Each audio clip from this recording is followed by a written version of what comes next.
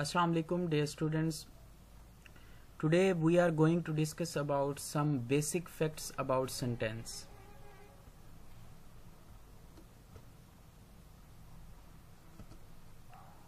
First of all, we have to look about subject verb agreement. Singular subjects need singular verbs and plural subjects need plural verbs because both must agree in number. Dear students, singular verbs in the present tense end in s or es. Usually in English, the subject comes first and then the verb. But in many direct questions, and when here or there begins the sentence, the verb comes first in the sentence. Prepositional phrases that follow the subject can be troublesome for a student.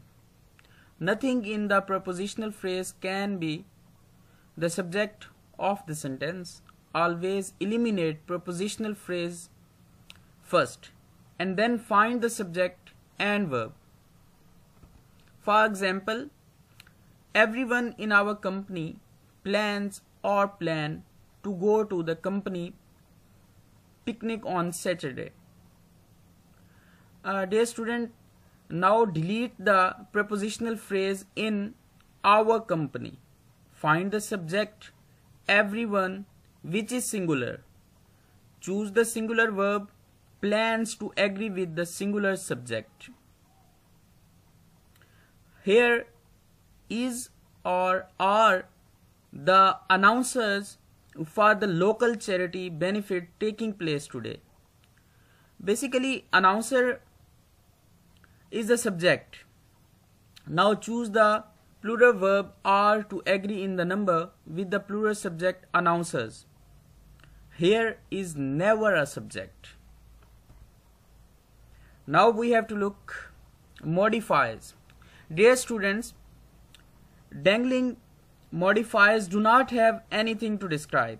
They just dangle in sentences. If a modifier has nothing to modify, a dangling modifier add or change words so that it has something to modify. If a modifier is in the wrong place, for example, a misplaced modifier, put it as close as possible to the word. For example, phrase or clause it modifies. Now we have to look about examples. First of all, hanging from the ledge high over a mountain, Daniel saw the trees with their brightly colored fall leaves. Dear students, now Daniel is not hanging over the mountain, the trees are. Now a rewritten condition is Daniel saw the trees with their brightly colored fall leaves hanging from the ledge high over a mountain. Studying for a test, the baby finally went to sleep. Now you have to see the condition as worded. This sentence suggests that the baby is studying. Words need to be added to correct this dangling modifier. Now you have to look rewritten situation. Studying for a test, Molly was happy that her baby finally went to sleep. Now we have to look sentence fragments. A fragment is a phrase or a dependent clause that is punctuated as if it is a complete sentence, beginning with a capital letter and ending with a period. Dear students, a complete sentence must have a subject and a verb and express a complete thought. A fragment is missing one or both of these. Fragments are not necessarily short. So just because a group of words is long Do not assume that it is a complete sentence. Make sure it has both a subject and a verb and expresses a complete thought. Basically, that's the compulsory thing you have to concern. Now look at the examples. The ball over the fence. This group of words is missing a verb. Now you have to see the rewritten condition. The ball went over the fence.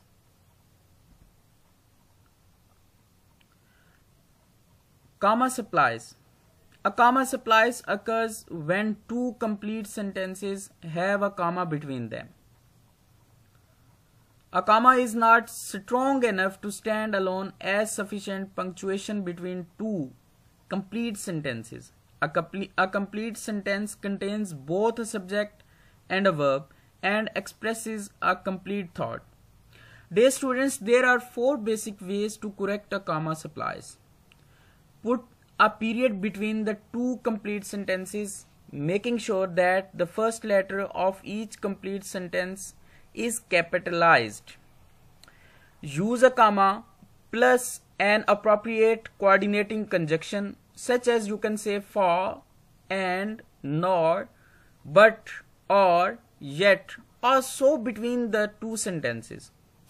Use a subordinating conjunction such as when, while, after, unless, even, if, etc.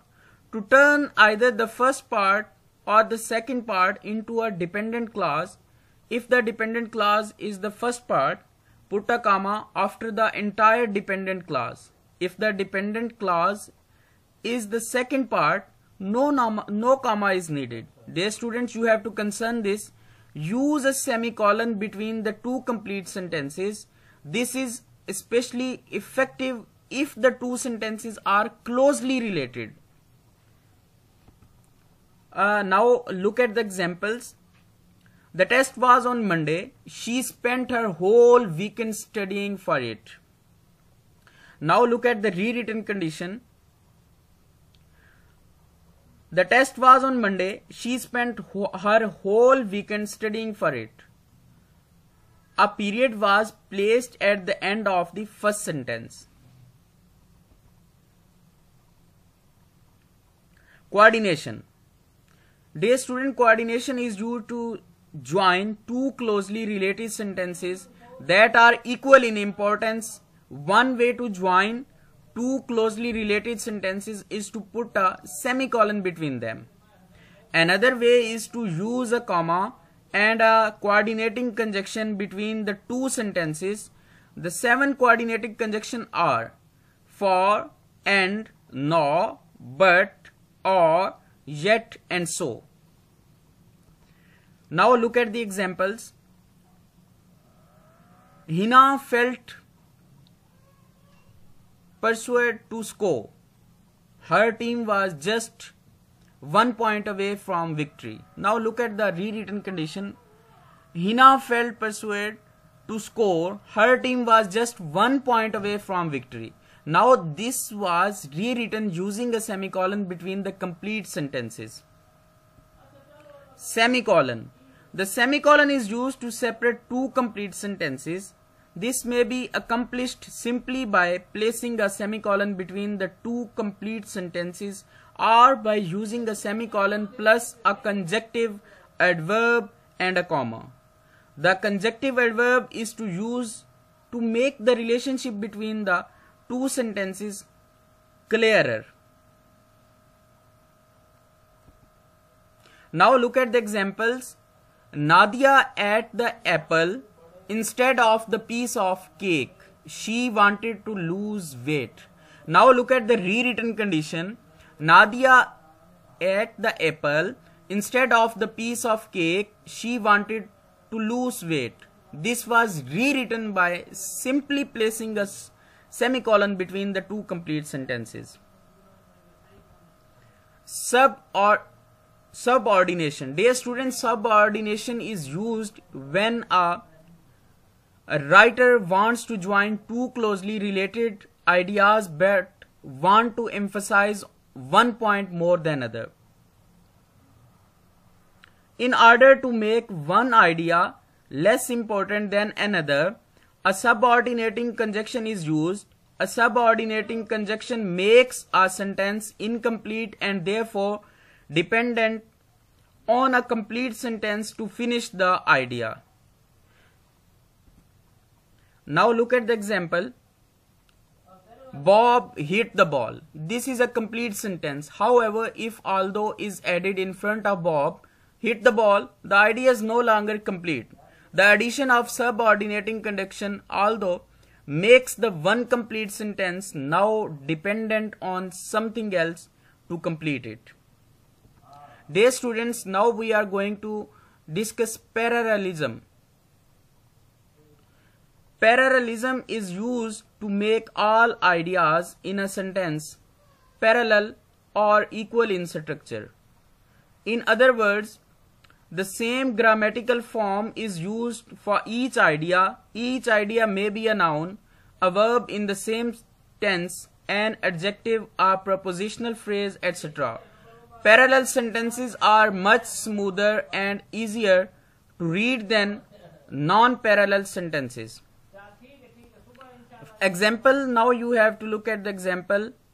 Paul washed the car, groomed the dog, and was mowing the lawn all in the same day. Now you have to look at the rewritten condition. Paul washed the car, groomed the dog, and mowed the lawn all in the same day. Dear student, this sentence is parallel. Each verb is the past sentence form. It is much easier to read. Now if we have to see another example, Sarah wanted to study accounting, draw some pictures, and look into becoming a nurse while she was in college. If we see the rewritten condition, Sarah wanted to study accounting, art, and nursing while she was in college. This sentence is parallel. The simple noun form of each college subject is used. It is much easier to read. Dear students, that was all for today's lecture. Inshallah, see you. Thank you.